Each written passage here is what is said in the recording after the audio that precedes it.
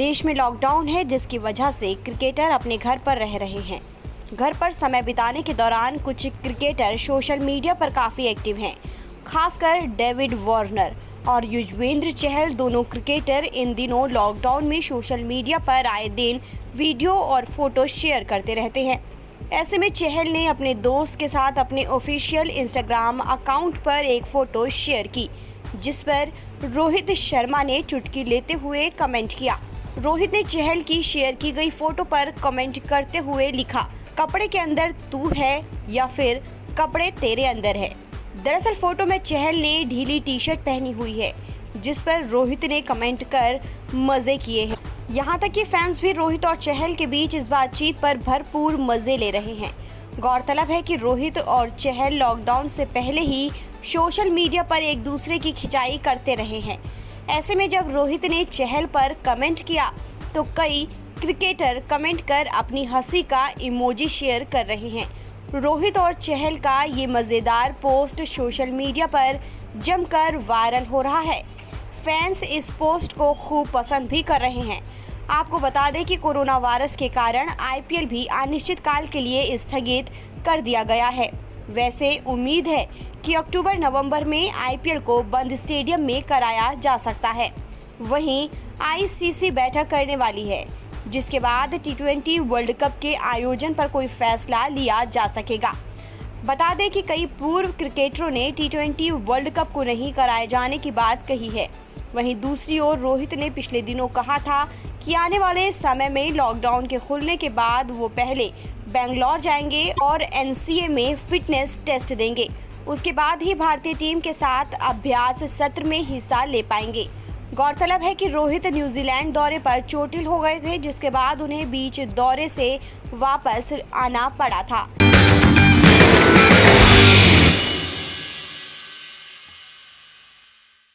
Corona संकट और lockdown को लेकर विपक्षी पार्टी कांग्रेस मोदी सरकार पर लगातार हमलावर है।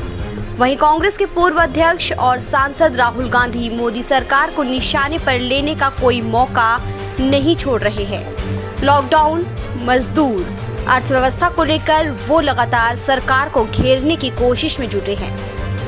एक बार फिर से राहुल गांधी ने बीजेपी की मोदी सरकार पर हमला बोला है। उन्होंने सरकार पर देश की अर्थव्यवस्था को बर्बाद करने का आरोप लगाया है। राहुल गांधी ने एक अखबार की खबर शेयर करते हुए ट्वीट किया, सरकार लोगों और एमएसएमई को नगद सहयोग देने से इनकार करके हमारी अर्थव्यवस्था को सक्रियता के साथ नष्ट कर रही है। ये नोटबंदी 2.0 है। बता दें कि राहुल गांधी और कांग्रेस पिछले कई हफ्तों से सरकार से ये मांग कर रही है कि गरीबों, मजदूरों और एमएसएमई की वित्तीय मदद की जाए। उनका कहना है कि लोगों के खातों में अगले 6 महीनों के लिए 7,500 रुपए महीने भेजे जाएं और तत्काल 10,000 रुपए दिए जाएं। पूर्व कांग्रेस अध्यक्ष ने इससे पहले शुक्रवार को केंद्र सरकार पर कोरोना वायरस संक्रमण से बचने के लिए लगाए गए लॉकडाउन को लेकर निशाना साधा था। कांग्रेस नेता ने अपने ट्वीट में 6 देशों के ग्राफ के जरिए ये दर्शाया था कि भारत में कोरोना वायरस महामारी को लेकर 25 मार्च को लागू किया गया लॉकडाउन पूरी तरह फेल था। दरअसल सरकार ने अब लॉकडाउन को खोलने की ओर कदम बढ़ा दिए हैं। अनलॉक का पहला चरण 8 मार्च से शुरू हो रहा है, जिसमें काफी छूट दी गई है। वहीं पिछले कुछ दिनों में कोरोना का ग्राफ तेजी से बढ़ा है।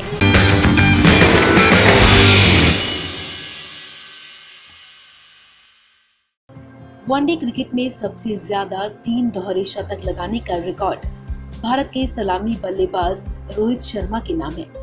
उन्होंने 2017 में श्रीलंका के खिलाफ दूसरे वनडे मैच में तीसरा दोहरा शतक जड़ा था। इस मैच में उनकी पत्नी भी छाई रही थी। रितिका सचदेहा की उस मैच की एक फोटो सोशल मीडिया पर काफी वायरल हुई थी, जिसमें वो स्टेडियम में रोती हुई नजर आई थी। रोहित शर्मा ने साथी क्रिकेटर मयंक अग्रवाल के साथ लाइव चैट के दौरान अपनी वाइफ रितिका को लेकर बात की। रोहित ने बताया कि कैसे श्रीलंका के खिलाफ मोहाली वनडे में दोहरा शतक जमाने पर रितिका रोने लगी थी। रोहित ने रितिका की रोने की वजह का खुलासा किया है। हिटमैन ने कहा कि कि मैंने जब दोहरा शतक जमाया तो रितिका भावुक हो गई थी। ये पारी मेरी स्पेशल पारी में से एक थी। उस दिन मेरी शादी की सालगिरह थी। मैं उसे सालगिरह का तोहफा देना चाहता था। रोहित ने कहा कि मैंने रितिका से उनके रोने पर बात की तो उन्होंने कहा कि वो दोहरा शतक लग जाने पर नहीं, बल्कि जब मैं 196 रन पर बल्लेबाजी कर रहा था तो उस दौरान रन लेने के लिए ड्राइव लगाना पड़ा था। ऐसे में रितिका ने बताया कि उसे डर था कि कहीं ड्राइव लगाने के क्रम में वहां मुड़ ना जाए और फ्रैक्चर ना हो जाए। यही डर की वजह से उसकी आंखों में आंसू आ गए थे। बता दें, श्रीलंका के खिलाफ 2017 में मोहाली वनडे में रोहित ने धमाकेदार पारी खेली थी और 153 गेंद पर 208 रन बनाए थे। अपनी पारी में रोहित ने 12 छक्के और 13 चौके जड़े थे। बता दें, रोहित दोहरा शतक जमाने के बाद अपनी पत्नी रितिका से मिले थे और उन्हें गले भी लगाया था।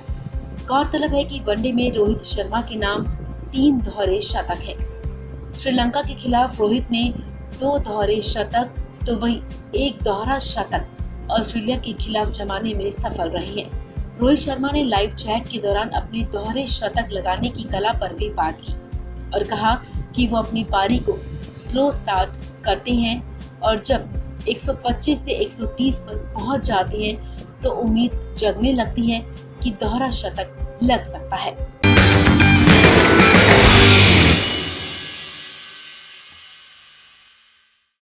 कोरोना महामारी के बीच बिहार विधानसभा चुनाव की आहट होते ही बीजेपी चुनावी मोड में आ गई है। इसी कड़ी में बीजेपी आज बिहार में चुनावी बिगुल फूंकने जा रही है। दरअसल इस साल के आखिर में बिहार में विधानसभा चुनाव होने हैं। ऐसे में बीजेपी के वरिष्ठ नेता और केंद्रीय गृह मंत्री अमित शाह आज फेसबुक लाइव पर रैली कर बिहार में बीजेपी का चुनावी बिगुल फूंकेंगे। बीजेपी ने इस वर्चुअल रैली को बिहार जनसंवाद नाम दिया है। जानकारी के मुताबिक आज शाम 4 बजे अमित शाह आम लोगों से संवाद करेंगे। माना जा रहा है कि ये रैली ऐतिहासिक होने के साथ ही सफलता के कई नए कीर्तिमान भी स्थापित करेगी। शुरुआत में इस वर्चुअल रैली में सिर्फ 22 जिलों के लोगों को जोड़ने की योजना थी, लेकिन अब बिहार के सभी जिलों के लोगों को जोड़ा जाएगा। अमित शाह के भाषण को 2 लाख लोग सुन सकेंगे।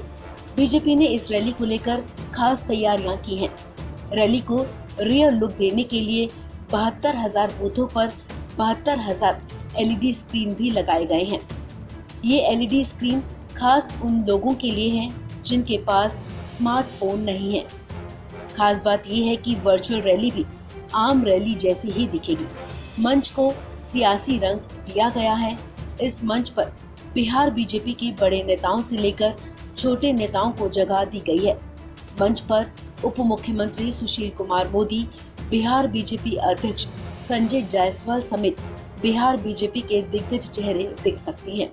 अपना पार्टी कार्यालय से मंच बना करके संबोधन करेंगे और माननीय राष्ट्रीय हमारे गृह मंत्री जी उसमें आके जुड़ेंगे और जिस तरह से एक रैली होती है या एक बैठक होती है, वैसे ही हमारे पटना कार्यालय से एक व्यक्ति उस पूरी मीटिंग को प्रिसाइड करेंगे, रैली को, और 2-3 भाषण पटना से होगा और उसके बाद माननीय गृह मंत्री जी का संबोधन होगा। हमारे पास 60,000 बूथों पर कार्यकर्ताओं के व्हाट्सएप नंबर और इंटरनेट कनेक्टिविटी मौजूद है। बीजेपी नेताओं ने 72,000 बूथों पर अमित शाह का भाषण सुनाने की तैयारी कर रखी है। हर विधानसभा क्षेत्र में 4 से 5,000 लोगों को इस कार्यक्रम से जोड़ने का टारगेट है। कोरोना वायरस के कहर को देखते हुए सोशल डिस्टेंसिंग का भी ध्यान रखा जाएगा। बीजेपी कार्यकर्ता इस बात का ध्यान रखेंगे कि किसी भी कीमत पर सभा स्थल पर 50 से ज्यादा लोगों की भीड़ इकट्ठी ना हो। इतना ही नहीं, अमित शाह को सुनने आने वाले लोगों के लिए मास्क और सैनिटाइजर की भी व्यवस्था की जाएगी। फिलहाल अमित शाह की वर्चुअल रैली को देखते हुए बिहार का सियासी पारा गर्मा गया है। राज्य की प्रमुख विपक्षी दल आरजेडी ने कहा कि वो भी बीजेपी की रैली के काउंटर में गरीब अधिकार दिवस मनाएगी।